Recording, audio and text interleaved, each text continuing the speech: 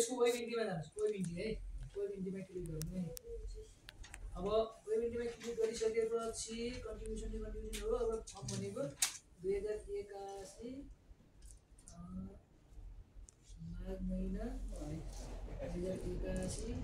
Sorry हैन 3 महिना गयो हैन अब पीएफ नम्बर र तपाईको पीएफ नम्बर सञ्जयको मेरो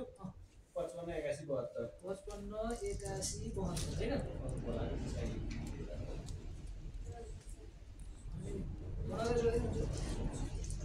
अनि तपाईको सामान कति थियो तपाईको कमान्ड कति थियो चाहिँ 26000 पैसा उयो गर्नु बराबर 26000 छैन फेरि पैसा पनि छ होला 40 त्यो सञ्चयको नम्बर हालेपछि नाम आउँछ आउँछ 62 82 हेर्नु त ए होला जस्तो लाग्यो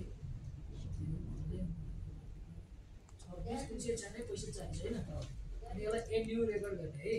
फेरि अर्को गर्ने कति भन्नु अरे 62 82 हेर्नु 62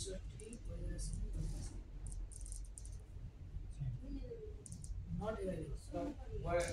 Why is he?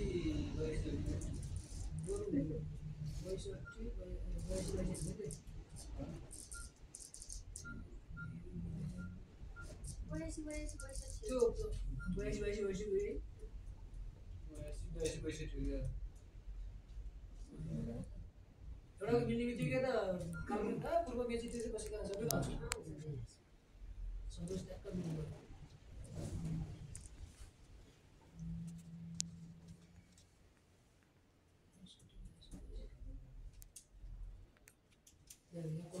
भोलि के छ रे स्कुलमा कार्यक्रम मैले 65 82 हालेको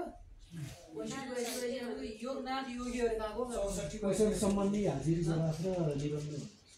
64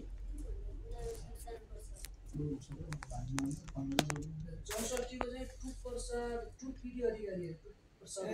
भाइ तपाईको त्यो कर्मचारी सञ्चयको नम्बर भन्नु त भाइ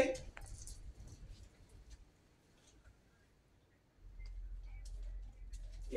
61 82 82 मैले 62 भनेको यहाँ म हुनेमा छु के आज त्यो इन्ट्री गर्न लाग्यो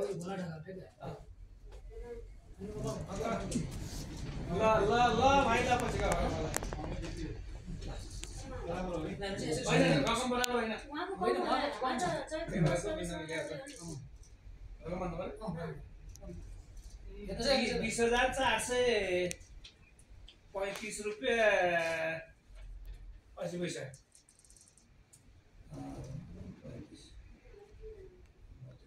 हजुर अब एन्डी गर्नु पर्यो सबमिट गर्दै भएन म यहाँ एकैछिन है ल 61000 हैन अब यो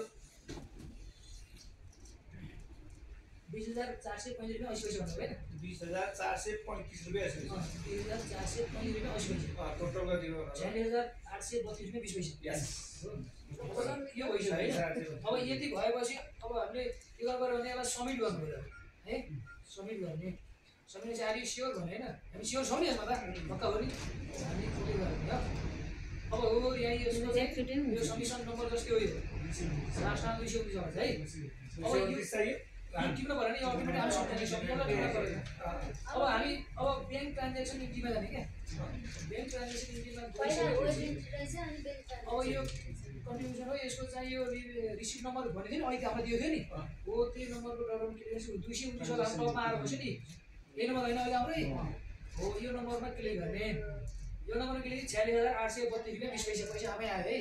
त्यो रिसिप्सन नम्बर मिल्ने बित्तिकै आयो त्यो रिसिप्सन नम्बर मिल्ने बित्तिकै अब बैंक डिपोजिट डेट कहिले गर्नु भयो 2082 अनि 250205 हो यसमा डेट लेख्दाखेरि स्ल्यास डट ड्यास टेबल लेख्नु पर्ने सिरियल लेखिदिनेछु अब अमाउन्ट डिपोजिट बैंक भनेको कुन बैंकमा जम्मा गर्नु भयो आरबीबी बैंक राष्ट्रिय वाणिज्य बैंक हैन अब बैंक ब्रान्च भन्छ बैंक ब्रान्च भनेको विशाल बजार बैंक हो यसको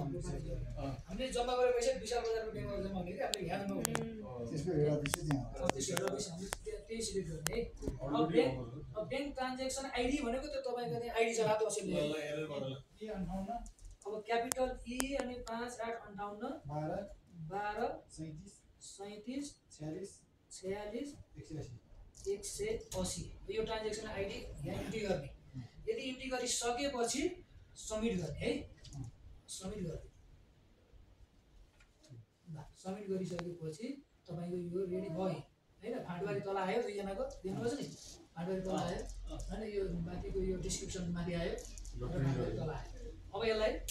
सेभ गर्ने होइन सेभ गरेर राख्ने अब तपाईँहरूको व्यक्तिगत खाताबाट भोलिसम्म मेसेज आउँछ कस्तो मलाई अलि पैसा जम्मा भयो भने मेरो बुद्धि ढिला आउँछ पछि आउँछ क्या भाइले त्यति गर भनेपछि मेरो यहाँ भोजर छ मेरो काटिस बोलाएको बाँकी त ओ त्यो मेरो तपाईँको घरमा जति आइसक्यो, हो भने मेरो अहिले कन्फर्म भेट्ला नि। पछि